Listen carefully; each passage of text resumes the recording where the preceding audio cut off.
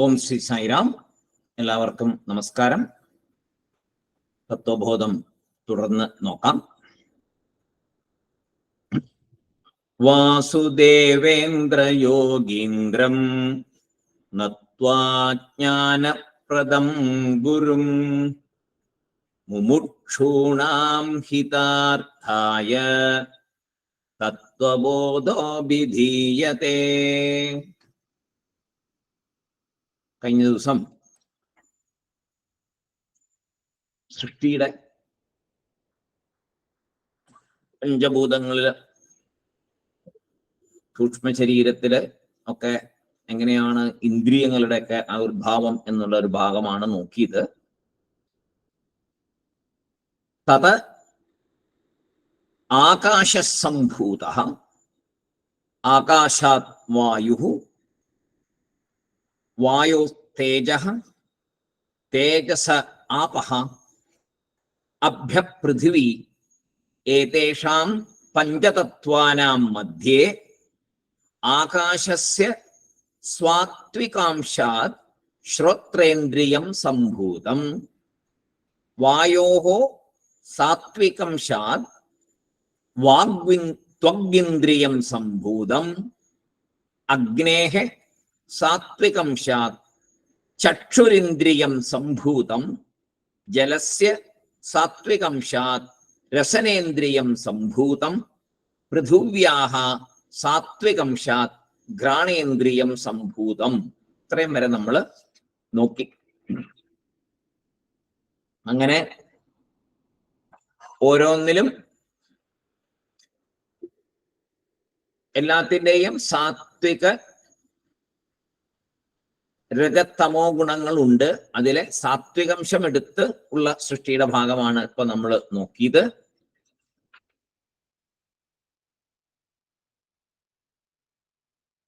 ശ്രോത്രേന്ദ്രിയം എങ്ങനെ ഉണ്ടായി, ത്വഗ്ഇന്ദ്രിയം എങ്ങനെ ഉണ്ടായി, ചക്ഷുരിന്ദ്രിയം എങ്ങനെ ഉണ്ടായി, രസനേന്ദ്രിയം എങ്ങനെ ഉണ്ടായി, ഘ്രാണേന്ദ്രിയം എങ്ങനെ ഉണ്ടായി എന്ന് കണ്ടു. അങ്ങനെ 5 സൂക്ഷ്മ പഞ്ചഭൂതങ്ങളിൽ നിന്ന് 5 ജ്ഞാനേന്ദ്രിയങ്ങൾ ഉണ്ടായി വേറെ വേറെ ആയിട്ട്. ഇനി സൂക്ഷ്മ ശരീരമായ മനസ്സ്, അതാണ് അടുത്തതായിട്ട് നോക്കേണ്ടത്. സൂക്ഷ്മ ശരീരമായ മനസ്സ് 5 സൂക്ഷ്മ പഞ്ചഭൂതങ്ങളുടെ ചേർച്ചയിൽ കൂടി എന്നാണ് ഇനി കാണാൻ പോകുന്നത്.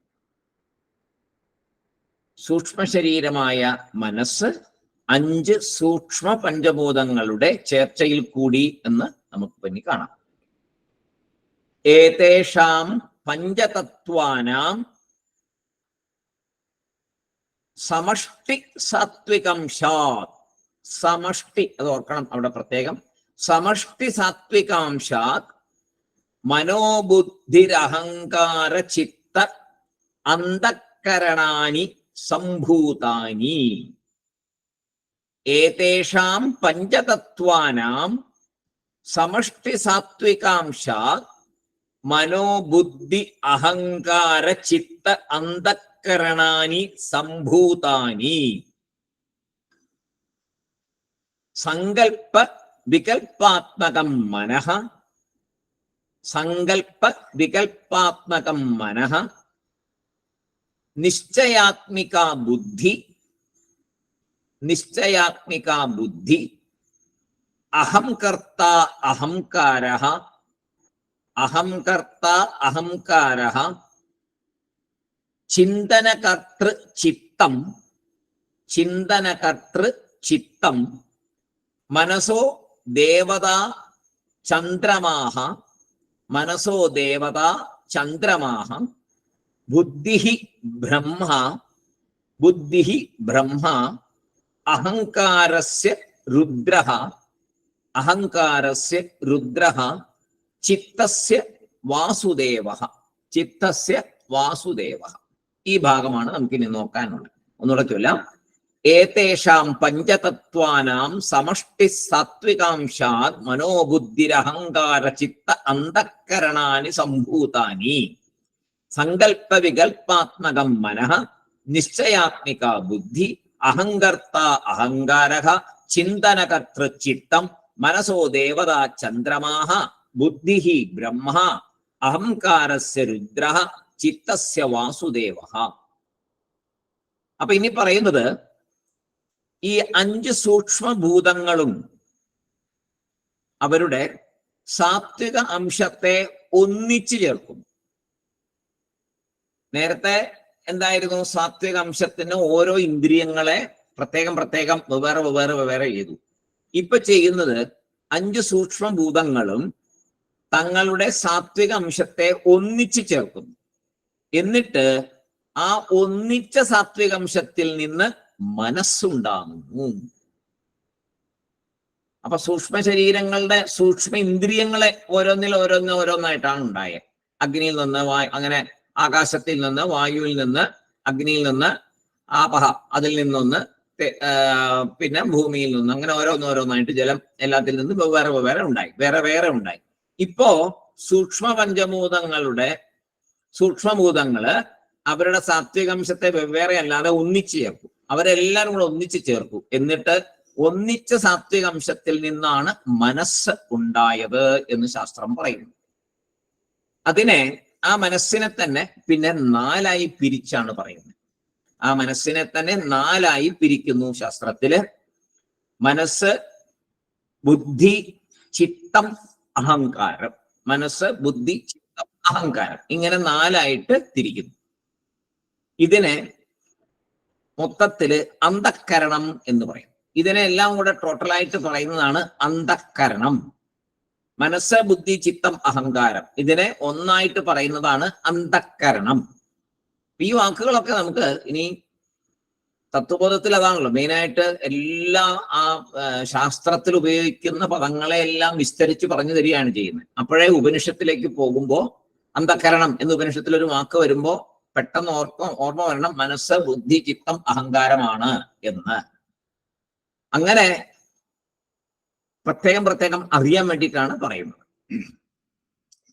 അപ്പോ ഏതേഷാം എന്താണ് ഇവിടെ പറയുന്നത് നോക്കാം. ഏതേഷാം, അതായത് ഈ സൂക്ഷ്മ പഞ്ചഭൂതങ്ങളിൽ നിന്ന്,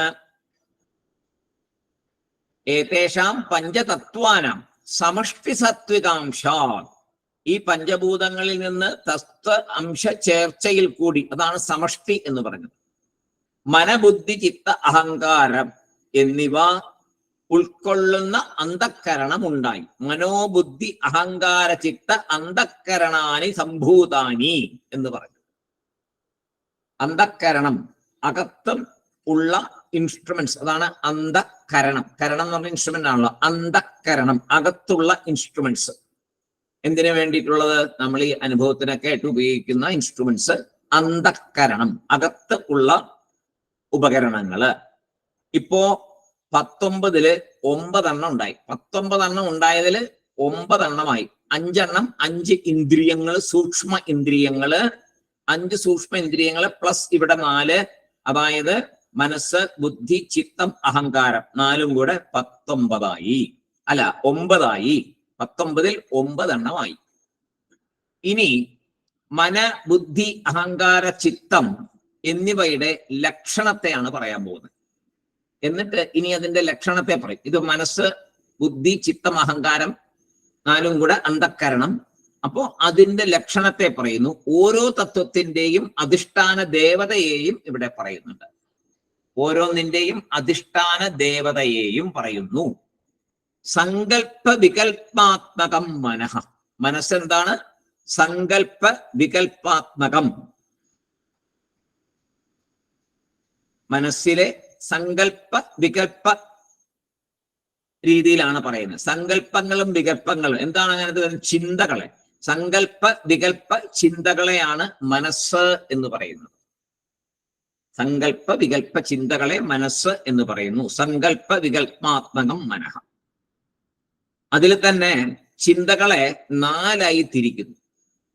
അതിലൊന്നാണ് മനഃ. ചിന്തകളെ 4ആയി തിരിക്കുന്നുണ്ട്. അതിലൊന്ന് മനഃ. സങ്കല്പം എന്നാൽ ഒരു വസ്തുവിനെ തന്നെ വിചാരിച്ചുകൊണ്ടിരിക്കുക, അതാണ് സങ്കല്പം. അതിനെ തന്നെ വിചാരിക്കുന്നത് സങ്കല്പം. അങ്ങനെ വേണോ, ഇങ്ങനെ വേണോ, വേണോ വേണ്ടയോ, അങ്ങനെയെല്ലാം ചിന്തിക്കുന്നത് വികല്പം.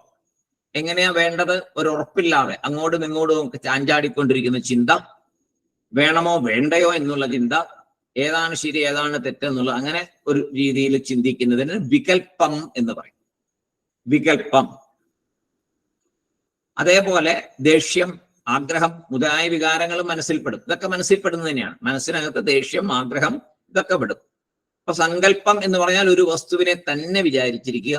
വികല്പം എന്ന് പറഞ്ഞാൽ അത് വേണോ ഇത് വേണോ ശരിയോ തെറ്റോ എന്നുള്ളൊരു സംശയമുള്ള രീതിയിൽ ആടിയൊലിഞ്ഞുകൊണ്ടിരിക്കുന്ന ഒരു സമയം, അതിന് വികല്പം എന്ന് പറയും. ഇനി നിശ്ചയാത്മിക ബുദ്ധി എന്നാണ് അടുത്തത് പറയുന്നത്. നിശ്ചയാത്മിക ബുദ്ധി. നിശ്ചയാത്മിക ബുദ്ധി, ചിന്തിച്ച് തീരുമാനിക്കുന്നത് ബുദ്ധി. അതായത് തീരുമാനമെടുക്കേണ്ട ആള് ബുദ്ധിയാണ്, മനസ്സല്ല. മനസ്സിൽ ചിന്തകൾ വരും, അവിടെ സങ്കല്പ വികല്പങ്ങളായിരിക്കും. അതിൽ നിന്ന് നിശ്ചയം ചെയ്യണം, ഏതാണ് വേണ്ടതെന്ന് നിശ്ചയം ചെയ്യുന്ന ആളാണ് നിശ്ചയാത്മിക ബുദ്ധി. ബുദ്ധി എന്ന് പറയുന്ന ആളാണ് അവിടെ തീരുമാനമെടുക്കുന്ന ആളാണ് ബുദ്ധി. മനസ്സിലെപ്പോഴും ഡൗട്ട്സ് ഉണ്ടായിരിക്കും. അതാണ് വികല്പം എന്ന് പറയാം. എങ്ങനെയാ വേണ്ടേ, എന്താ വേണ്ടേന്ന്. അപ്പൊ ഒരു തീരുമാനം വരണല്ലോ, അല്ലാതെ എക്സിക്യൂട്ട് ചെയ്യാൻ പറ്റില്ലല്ലോ. അപ്പൊ ആ തീരുമാനം എടുക്കുന്ന ആളാണ് ബുദ്ധി. നിശ്ചയം, അപ്പൊ തീരുമാനം എടുത്തത് ശരിയുമാകാം തെറ്റുമാകാം, ഇല്ലേ? ശരി മാത്രമേ എടുക്കുള്ളൂന്നൊന്നുമില്ല, ശരിയും തെറ്റുമാകാം. നമ്മുടെ ജീവിതത്തിൽ നമുക്ക് അറിയുന്നുണ്ടല്ലോ, എത്രയോ തീരുമാനങ്ങൾ തെറ്റിപ്പോയിന്ന് പിന്നീട് തോന്നാറുണ്ടല്ലോ. അപ്പൊ ഉറപ്പിക്കുന്നതാണ് ബുദ്ധി. ഏതാ ചിലപ്പോ ശരിയുമാകാം, ചിലപ്പോ തെറ്റാകാം. അതിൽ ഒന്നിൽ ഉറപ്പിക്കും, അതാണ് ബുദ്ധി ചെയ്യുന്ന കാര്യം. ആ ബുദ്ധി ചിലപ്പോൾ ശരിയാകാം, ചിലപ്പോൾ തെറ്റാകാം. അതില് നമുക്കൊന്നും പറയാൻ പറ്റത്തില്ല. ആ സാഹചര്യത്തിന്റെ ഇതനുസരിച്ചും ഈശ്വരാനുഗ്രഹം അനുസരിച്ചും ഇരിക്കും അതിന്റെ ശരിയോ തെറ്റോ എന്നുള്ളത്. അപ്പൊ തീരുമാനമെടുക്കുന്നു എന്ന് മാത്രമേ ഇവിടെ പറയാൻ പറ്റുള്ളൂ. ശരിയായിട്ടുള്ളത് തീരുമാനിക്കുന്നു എന്ന് ബുദ്ധിയെ പറയാൻ പറ്റില്ല. ബുദ്ധി ഒരു തീരുമാനമെടുക്കണം, രണ്ടിലൊന്ന് തീരുമാനിക്കും. ശരി. പിന്നെയോ അഹംകർത്ത അഹംകാരഃ. അഹംകർത്ത അഹങ്കാരഃ. അനാത്മാവായ ഉടലിനെ, നമ്മുടെ ഈ ശരീരത്തിനെ ആത്മാ എന്ന് വിചാരിക്കുന്നത് അഹങ്കാരം.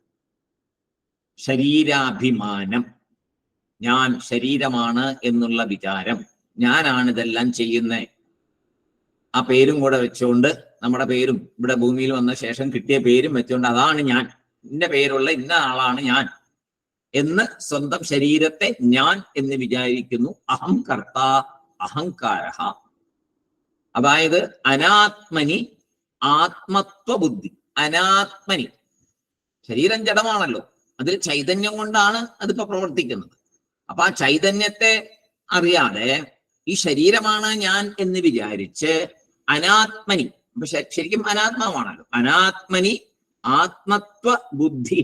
അനാത്മനി ആത്മത്വ ബുദ്ധി ആണ് സ്ഥൂല സൂക്ഷ്മ കാരണ ശരീരത്തെ ഞാൻ എന്ന് വിചാരിക്കുന്നത്. സ്ഥൂല സൂക്ഷ്മ കാരണ ശരീരത്തെ ഞാൻ എന്ന് വിചാരിച്ചുകൊണ്ടിരിക്കുന്നത് അഹങ്കാരം, ശരീരാഭിമാനം. ഇവിടെ ഈഗോ എന്നല്ല, ഇവിടുത്തെ ഈ അഹങ്കാരത്തിന് ഈഗോ എന്നുള്ള അർത്ഥമല്ല എടുക്കേണ്ടത്. പലപ്പോഴും അങ്ങനെ തെറ്റായിട്ട് പലരും വ്യാഖ്യാനിക്കാറുണ്ട്. അങ്ങനെയല്ല, ഈഗോ അല്ല, ഈഗോ വേറെ. ഇത് ഞാനെന്ന അഭിമാനം. ഏത് ചെറിയ കാര്യത്തിനും, ശരിക്കും തെറ്റിനും നല്ലതിനും ചീത്തയ്ക്കൊക്കെ ഞാനാണല്ലോ. ആ ഞാൻ എന്ന് വിചാരിക്കുന്നത് ഈ ശരീരത്തെയാണ് എന്നുള്ളതാണ് ഈ അഹങ്കാരം കൊണ്ട് ഉദ്ദേശിക്കുന്നത്. അല്ലാതെ ഈഗോ എന്ന പേരിലുള്ള അഹങ്കാരമല്ല. ആ ശരീരത്തെ കർത്താവായിട്ടും ഭോക്താവായിട്ടും വിചാരിക്കുന്ന അഹങ്കാരം. ശരീരത്തെ കർത്താവായിട്ട് ഞാൻ ചെയ്യുന്നു എന്നുള്ള വിചാരം, അതിന് അഹങ്കാരം. നമ്മൾ സാധാരണ ഉപയോഗിക്കുന്ന ഈഗോ വേണമെന്നില്ലല്ലോ.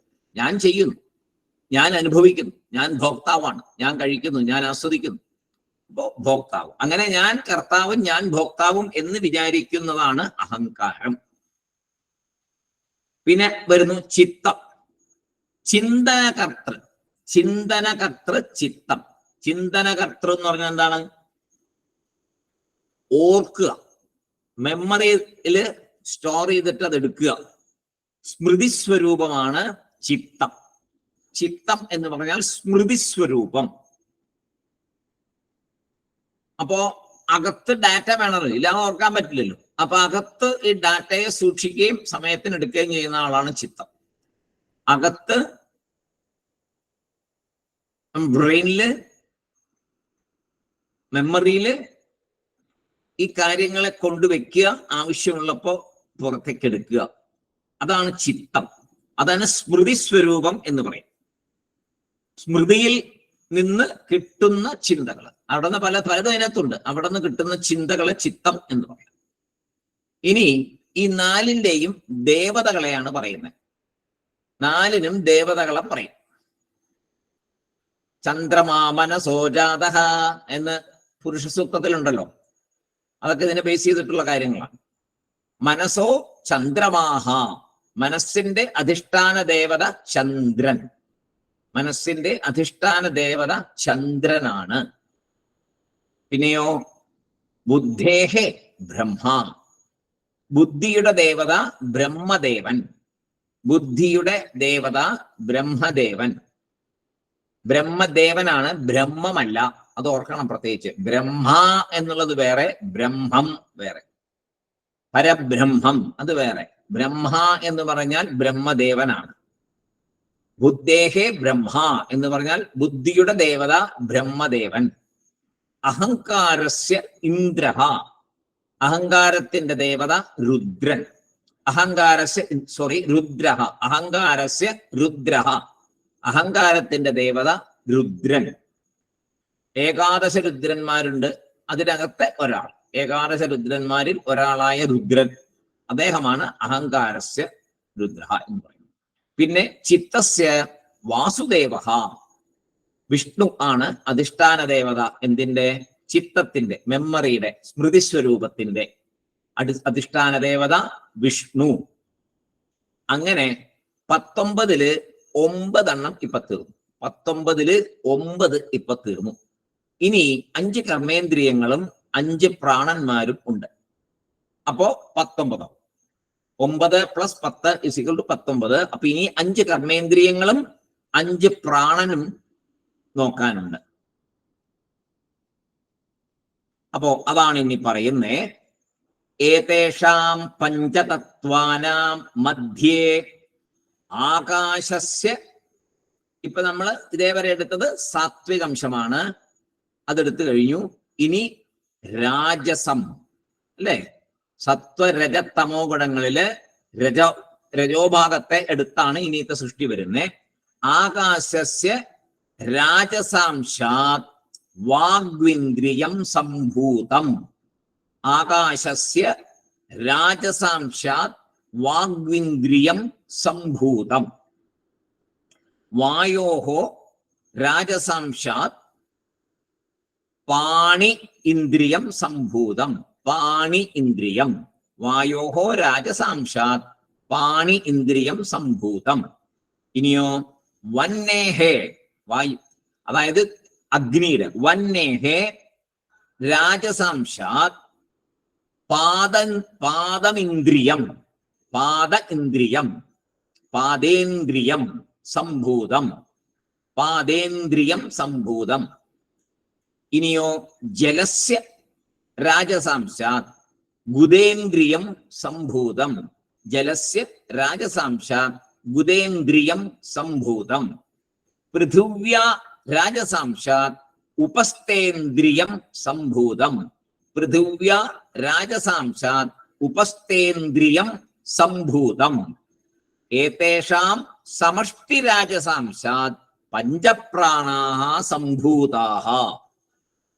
ഏതേഷാം സമഷ്ടി രാജസാംശാത് പഞ്ചപ്രാണാഃ സംഭൂതാഃ. ഒന്നുകൂടെ വായിക്കാം. ഏതേഷാം പഞ്ചതത്വാനാം മധ്യേ ആകാശസ്യ രാജസാംശാത് വാഗ്ഇന്ദ്രിയം സംഭൂതം. വായോഹോ രാജസാംശാത് പാണി ഇന്ദ്രിയം സംഭൂതം. വന്നേഹേ രാജസാംശാത് പാദേന്ദ്രിയം സംഭൂതം. ജലസ്യ രാജസാംശാത് ബുധേന്ദ്രിയം സംഭൂതം.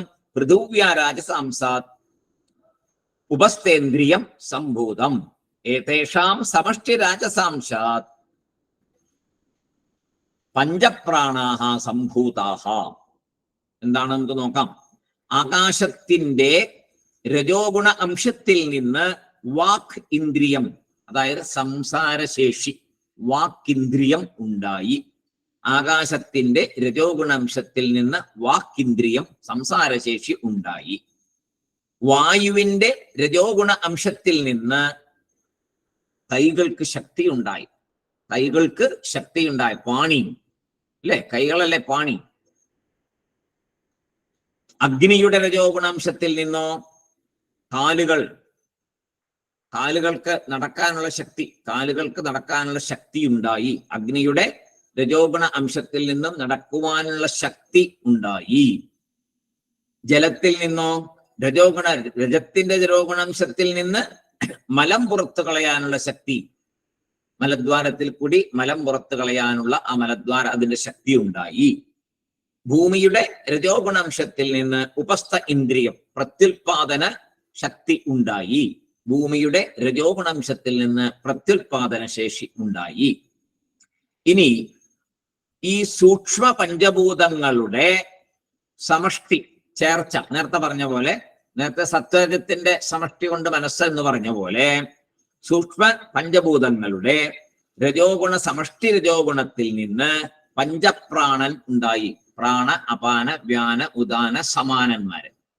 പ്രാണ, അപാന, വ്യാന, ഉദാന സമാനന്മാർ. അപ്പോ 5 സൂക്ഷ്മ തത്വങ്ങള്, പിന്നെ മനസ്സ്, ബുദ്ധി, ചിത്തം, അഹങ്കാരം, രജസിന്റെ 5, കർമ്മേന്ദ്രിയങ്ങൾ 5, പ്രാണൻ 5. അപ്പൊ ആകെ 19.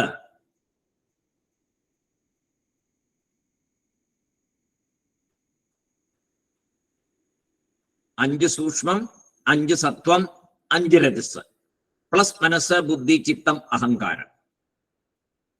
അപ്പോ ടോട്ടൽ 19 ആയി. 19 ആരാണ്? സൂക്ഷ്മ ശരീരം. 19 ആളുണ്ട് സൂക്ഷ്മ ശരീരത്തിൽ. അതാണ് ഇപ്പൊ പറഞ്ഞത്. എല്ലാത്തിന്റെ സൂക്ഷ്മം 5 സൂക്ഷ്മ ഭൂതങ്ങള്, 5 സത്വഗുണത്തിൽ നിന്നുണ്ടായ 5 ഇന്ദ്രിയങ്ങള്,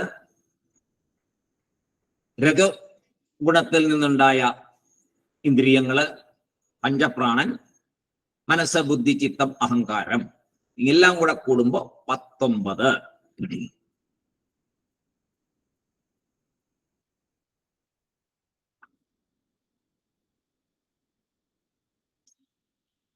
ഇനി സ്ഥൂല ശരീരത്തെ കുറിച്ച് പറയാം. ഇത്രയും പറഞ്ഞത് വിശദമായിട്ട് പഴയ ക്ലാസ്സുകളൊക്കെ കേൾക്കണം.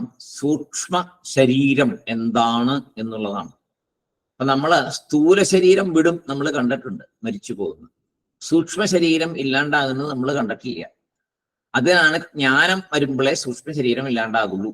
അപ്പൊ നമ്മുടെ ഒരു സ്വതവേ ഒരു ധാരണ സൂക്ഷ്മ ശരീരമാണ് നമ്മൾ എന്നുണ്ട്. ഇത് നശിച്ചു പോകുന്നുണ്ട്, ഇത് കാണുന്നുണ്ട്, മറ്റേതിനെ കാണുന്നില്ല, കാണാൻ പറ്റാത്തതാണ്. അപ്പൊ സൂക്ഷ്മ ശരീരം എന്നും എല്ലാ കാലത്തും നിലനിൽക്കും എന്നൊരു തോന്നലുണ്ട്.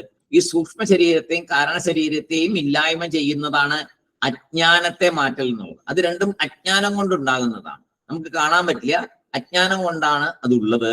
ആ സൂക്ഷ്മ ശരീരത്തിന്റെ ഘടനയെ മനസ്സിലായാൽ അതിൽ നിന്ന് എങ്ങനെ മുക്തി നേടാം എന്ന് മനസ്സിലാക്കാൻ പറ്റും. അതിനാണ് 19 അംശങ്ങൾ അടങ്ങിയ സൂക്ഷ്മ ശരീരത്തെ ഇത്ര കാര്യമായിട്ട് വർണ്ണിച്ചത്. ഇനി സ്ഥൂല ശരീരത്തെ നോക്കാം. എങ്ങനെയാണ് സ്ഥൂല ശരീരം ഉണ്ടായത്? 5 സൂക്ഷ്മഭൂതങ്ങളുടെ ഇനി എന്ത് ഗുണങ്ങളാ ബാക്കിയുള്ളത്? 5 സൂക്ഷ്മ ഭൂതങ്ങളില്, അതായത് ആകാശം, വായു, അഗ്നി, ജലം, ഭൂമി, ഇതിന്റെ സൂക്ഷ്മ തത്വങ്ങൾ. ആ സൂക്ഷ്മ തത്വത്തിലെല്ലാം എന്തുണ്ട്? സത്വരജ തമോ ഗുണങ്ങളുണ്ട്. ആരുടെയാണ്? മായയുടെ. ബ്രഹ്മാശ്രയ മായ അവിടെ ഉണ്ട്. അതിൽ നിന്നാണ് ഇതെല്ലാം വരുന്നത്. അപ്പൊ ആ മായയില് സത്വരജ തമോ ഗുണങ്ങളുണ്ട്. അതില് സത്വഗുണത്തെ എടുത്ത് ഇന്ദ്രിയങ്ങളെ ഉണ്ടാക്കി, രജോ ഗുണത്തെ എടുത്ത് കർമ്മേന്ദ്രിയങ്ങളും പഞ്ചപ്രാണനും ഉണ്ടാക്കി. ഇനി എന്താണ് അവിടെ ബാക്കിയുള്ളത്? ഇനി അവിടെ തമോ ഗുണം ബാക്കിയുണ്ട്. 5 സൂക്ഷ്മ ഭൂതങ്ങളിലും തമോ ഗുണം ബാക്കിയുണ്ട്. അതിൽ നിന്ന് 5 സ്ഥൂലഭൂതങ്ങൾ ഉണ്ടാകുന്നു.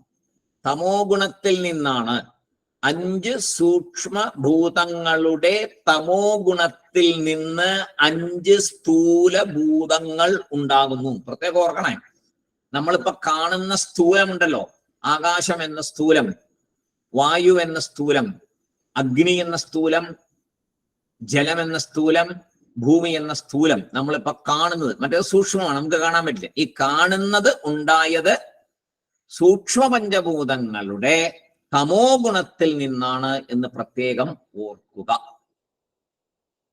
ഏതേഷാം പഞ്ചതത്വാനാം താമസാംശാത് പഞ്ചീകൃത പഞ്ചതത്വാനി ഭവന്തി.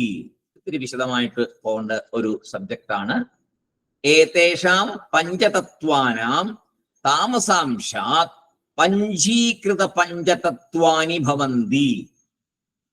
പഞ്ചീകൃത, അതാണ് നമ്മൾ പുതുതായിട്ട് പഠിക്കാൻ പോണേ. പഞ്ചീകൃത പഞ്ചതത്വാനി ഭവന്തി. പഞ്ചീകരണം കഥം ഇതി ചേത്, എങ്ങനെയെന്നാൽ പഞ്ചീകരണം കഥം ഇതി ചേത് ഏതേഷാം പഞ്ചമഹാഭൂതാനാം താമസ അംശസ്വരൂപം, താമസ അംശസ്വരൂപം ഏകൈകം ഭൂതം, ഏകൈകം ഭൂതം ദ്വിധാ വിഭജ്യ, ഏകൈകം ഭൂതം ദ്വിധാ വിഭജ്യ ഏകം ഏകം അർദ്ധം, ഏകം ഏകം അർദ്ധം പൃഥക് തൂഷ്ണീം, പൃഥക് തൂഷ്ണീം വ്യവസ്ഥാപ്യ, പൃഥക് തൂഷ്ണീം വ്യവസ്ഥാപ്യ അപരം അപരം അർദ്ധം, അപരം അപരം അർദ്ധം ചതുർത്ഥാ വിഭജ്യ, ചതുർത്ഥാ വിഭജ്യ സ്വ അർദ്ധം അന്യേഷു അർത്ഥേഷു, സ്വ അർദ്ധം അന്യേഷു അർത്ഥേഷു സ്വഭാഗചതുഷ്ടസ്, ചതുഷ്ടയ സംയോജന കാര്യം, സ്വഭാഗചതുഷ്ടയ സംയോജന കാര്യം, സംയോജനം കാര്യം തഥാ പഞ്ചീകരണം ഭവന്തി. ഏതേഭ്യഃ പഞ്ചീകൃത പഞ്ചമഹാഭൂതേഭ്യഃ സ്ഥൂല ശരീരം ഭവതി. ഏതേഭ്യഃ പഞ്ചീകൃത പഞ്ചമഹാഭൂതേഭ്യഃ സ്ഥൂല ശരീരം ഭവതി.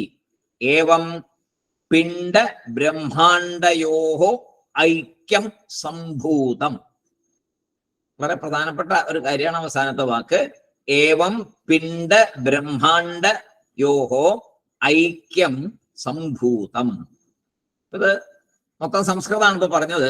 നമുക്ക് അത് നല്ല വിശദമായിട്ട് മലയാളത്തിന്റെ അർത്ഥം നോക്കാം. ഒരു പ്രാവശ്യം കൂടെ ഇത് വായിക്കാം. ഏതേഷാം പഞ്ചതത്വാനാം താമസാംശാത് പഞ്ചീകൃത പഞ്ചതത്വാനി ഭവന്തി. പഞ്ചീകരണം കഥം ഇതി ചേത് ഏതേഷാം പഞ്ചമഹാഭൂതാനാം താമസ അംശസ്വരൂപം ഏകൈകം ഭൂതം ദ്വിധാ വിഭജ്യ ഏകമേകം അർത്ഥം പൃഥക് തൂഷ്ണീം വ്യവസ്ഥാപ്യ അപരം അപരം അർത്ഥം ചതുർത്ഥാ വിഭജ്യ സ്വ അർത്ഥം അന്യേഷു അർത്ഥേഷു സ്വഭാഗചതുഷ്ടയ സംയോജനം കാര്യം തഥാ പഞ്ചീകരണം ഭവതി. ഏതേഭ്യഃ പഞ്ചീകൃത പഞ്ചമഹാഭൂതേഭ്യഃ സ്ഥൂല ശരീരം ഭവതി. ഏവം പിണ്ഡ ബ്രഹ്മാണ്ഡയോഃ ഐക്യം സംഭൂതം.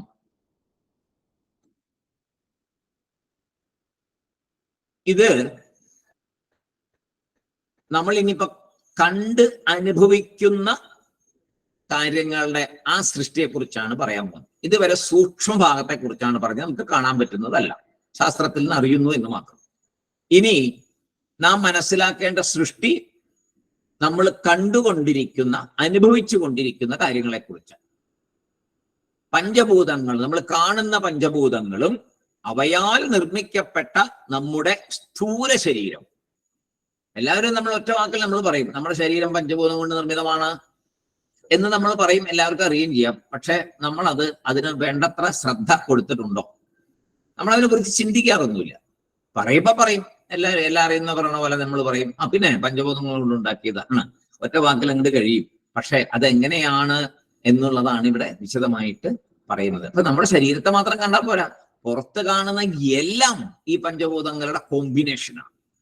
പഞ്ചഭൂതങ്ങളുടെ കോമ്പിനേഷനാണ് പുറത്ത് കാണുന്നതെല്ലാം. അതേസമയം പഞ്ചഭൂതങ്ങളെ നമ്മളവിടെ കാണുന്നുമുണ്ട്, ഇല്ലേ?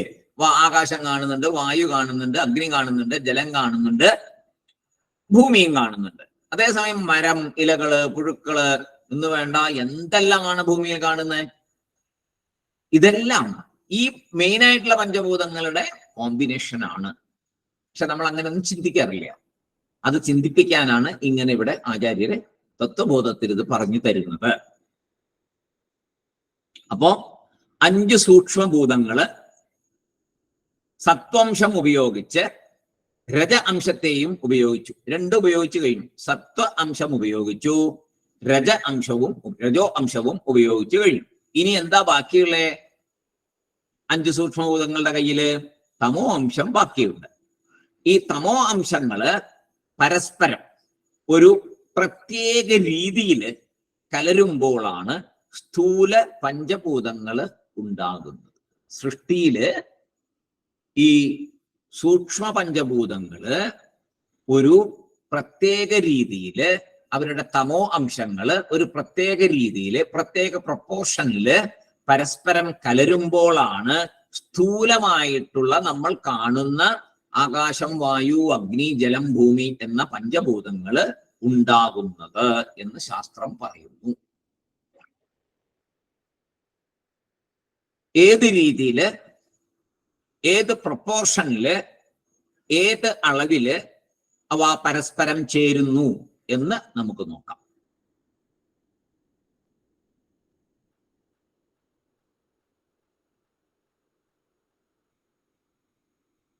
ഇപ്പോ പലതരത്തിലുള്ള ഭാഗം വയ്ക്കൽ നമ്മൾ കണ്ടിട്ടുണ്ട് അല്ലെ? പലതിലും.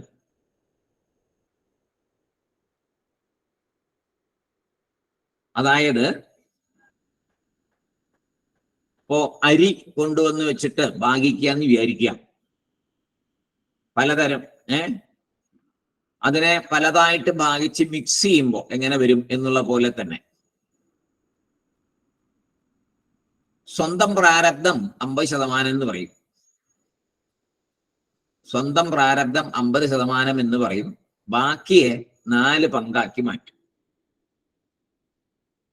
എല്ലാവരും ഇതുപോലെ 50% അവനവൻ്റെതായിട്ടും ബാക്കി 50%നെ 4 ആക്കി മാറ്റുകയും ചെയ്യും. അപ്പോ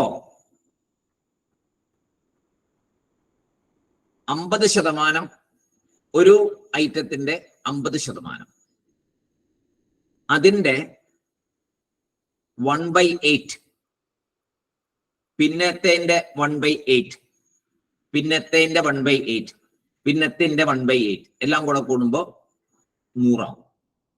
5 ഐറ്റമാണ് ഇവിടെ ഉള്ളത്. അതില് ഒരെണ്ണത്തിന്റെ 50% അവിടെ നിൽക്കും. ബാക്കി പകുതിയെ, ഒരു പകുതി അവിടെ നിന്നിട്ട് ബാക്കി പകുതിയെ മറ്റ് 4 പേർക്കും കൊടുക്കും. അപ്പൊ അവർക്ക് എത്ര വീതം കിട്ടി? മറ്റ് 4 പേർക്കും കിട്ടുമ്പോ 4 50%നെ 4 ഭാഗിച്ച ഒരു ഭാഗമല്ലേ കിട്ടുള്ളൂ, അത്രേ കിട്ടുള്ളൂ. അങ്ങനെ ആദ്യത്തെ ആളുടെ കയ്യില് അയാളുടേതായ 50 ഉണ്ട്. പിന്നെയോ അടുത്ത ആള് തന്ന അതിന്റെ 1/8, അതായത് പിന്നത്തെ ആളുടെ 50%നെ 4 ഭാഗിച്ച അതിലൊരു ഭാഗം അയാൾക്ക് കിട്ടി. അടുത്ത ആളുടെ നിന്നും അത്രയും കിട്ടി. പിന്നത്തെ ആളുടെ നിന്നും അത്രയും കിട്ടി. അപ്പോ സ്വന്തമുള്ളത് 50%, ബാക്കി 4 പേരുടെ കയ്യിൽ നിന്നും 1/8 വീതം കിട്ടി. അങ്ങനെ അയാൾ പൂർണ്ണമായി 100%. ഇങ്ങനെയാണ് 5 പേർക്കും സംഭവിക്കുന്നത്. 5 പഞ്ചഭൂതങ്ങളും ഇങ്ങനെ തന്നെ സംഭവിക്കുന്നു. അവനവന്റെ 50% ഉണ്ടാവും. ബാക്കിയുള്ളവർ 4 പേരുടെ കയ്യിൽ നിന്നും 1/8 വീതം വരും. ബാക്കിയുള്ളവരുടെ 50%ന്റെ 4/1 ഓരോരുത്തർക്കും ലഭിക്കും. അപ്പൊ ഇതുപോലെ 5 ഭൂതങ്ങളും തമോ ഗുണത്തിന്റെ 50% കയ്യിൽ വെക്കും. ബാക്കിയെ 4 പേർക്കും ഷെയർ ചെയ്യും. ബാക്കിയെ 4 പേർക്കും ഷെയർ ചെയ്യും. ഇങ്ങനെ എല്ലാവരും ചെയ്യും. ഒരാളല്ല. ആകാശം 50% കയ്യിൽ വെക്കും. ബാക്കി 50%ത്തെ 4 പേർക്ക് കൊടുക്കും. ആർക്ക് 4 പേർക്ക് കൊടുക്കും? ആകാശം കൊടുക്കും. ആർക്കൊക്കെ കൊടുക്കുക? വായു, അഗ്നി, ജലം, ഭൂമി, 4 പേർക്കും അവനവന്റെ 50% എടുത്തത് ബാക്കി 50%നെ ഭാഗിച്ചു കൊടുക്കും. അടുത്ത ആൾ എന്ത് ചെയ്യും? വായു അതേമാതിരി 50% അവനവന്റെ കൈ വെക്കും. ബാക്കി 50%ത്തെ ആകാശത്തിനും അഗ്നിക്കും ജലത്തിനും പൃഥ്വിക്കും കൊടുക്കും, 4 പേർക്ക് കൊടുക്കും. ഇങ്ങനെ ഓരോരുത്തരും ചെയ്യും. ഇതൊരു ചാർട്ട് പോലെ എഴുതി നോക്ക്. ഒരു ചാർട്ട് എഴുതിയിട്ട് നോക്കിയാൽ പെട്ടെന്ന് മനസ്സിലാവും. അങ്ങനെ എല്ലാവരും ചെയ്യും, 5 പേരും ചെയ്യും. 50% അവനവന്റെ കയ്യിൽ വയ്ക്കും, ബാക്കിയുള്ള 50% മറ്റു 4 പേർക്കും കൊടുക്കും. അപ്പൊ എല്ലാവർക്കും അവസാനം നോക്കുമ്പോൾ 100% ഉണ്ട് കയ്യില്. പക്ഷെ അവനവൻ്റെത് മാത്രമല്ല, മറ്റുള്ളവരുടെ അംശവും കൂടെ അവനവന് കിട്ടിയിട്ടുണ്ട് എന്ന് കാണാം. അപ്പൊ ഇങ്ങനെ കലർന്നു കഴിയുമ്പോൾ എന്തുണ്ടാവും? അപ്പോഴാണ് നാം ഈ കാണുന്ന സ്ഥൂല പഞ്ചഭൂതങ്ങൾ ഉണ്ടാകുന്നത്. ഈ കലർച്ച, ഈ ചേർച്ചയിൽ കൂടിയത് ഉണ്ടാകത്തും. ഇങ്ങനെ ഇവിടെ ആ ഈശ്വര ശക്തി കൊണ്ട്, ആ ബ്രഹ്മത്തിന്റെ ശക്തി കൊണ്ട് ഈ ഒരു ചേർച്ച ഇവിടെ തനിയെ സംഭവിക്കുന്നു. ആ സംഭവിക്കുന്നതിലൂടെയാണ് ഇത് ഉണ്ടായത്. ഈ സ്ഥൂലഭൂതങ്ങൾ ഉണ്ടായത് സൂക്ഷ്മഭൂതങ്ങളുടെ ഈ പഞ്ചീകരണം ഇതിനെ പഞ്ചീകരണം എന്നാണ് പറയുക. ഈ പഞ്ചീകരണം എന്ന പ്രക്രിയയിൽ കൂടിയാണ് ഈ സ്ഥൂലഭൂതങ്ങൾ ഇവിടെ ഉണ്ടായത്. സൂക്ഷ്മ പഞ്ചഭൂതങ്ങള് പഞ്ചീകരണം മൂലം സ്ഥൂല പഞ്ചഭൂതങ്ങളായി മാറുന്നു. പിന്നെ സ്ഥൂല ശരീരവും അതിൽ നിന്ന് ഉണ്ടാകുന്നു.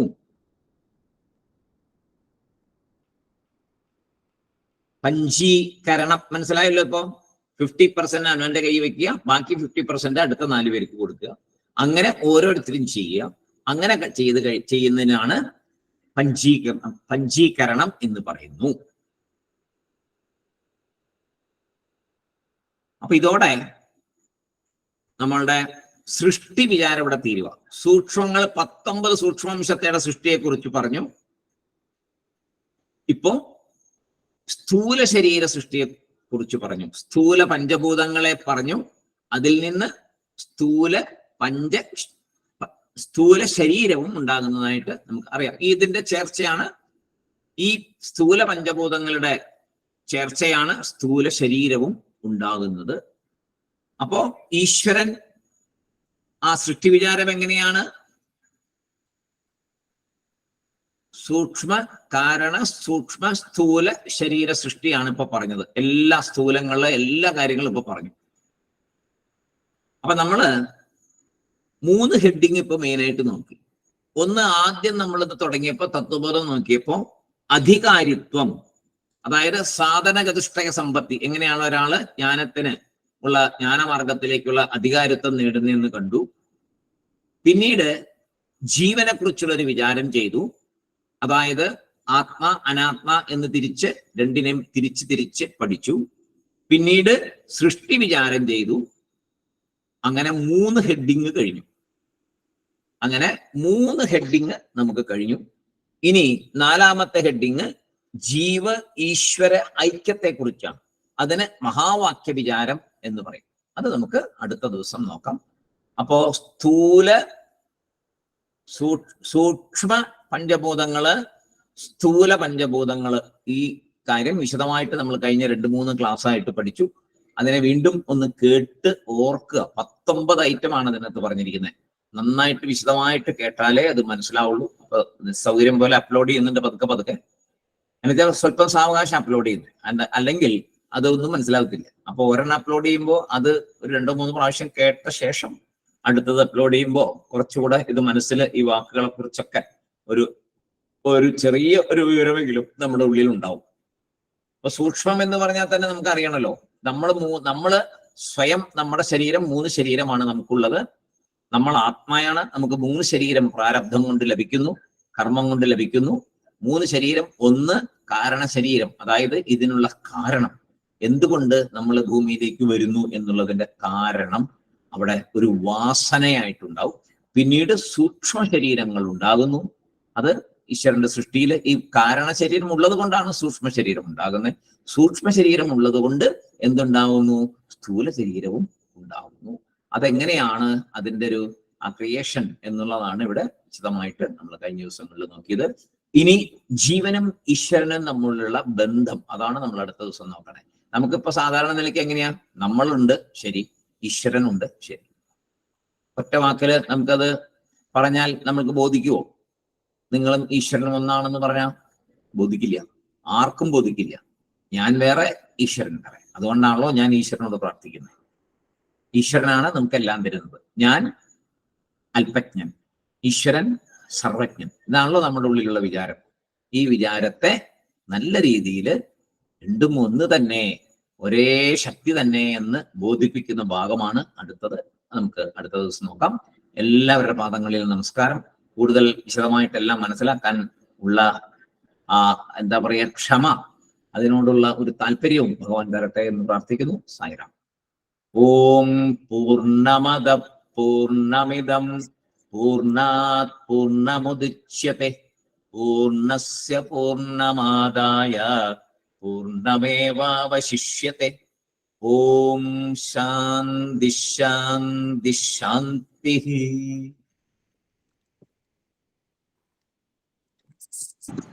സായിറാം സാർ. സായിറാം. സായിറാം സാർ.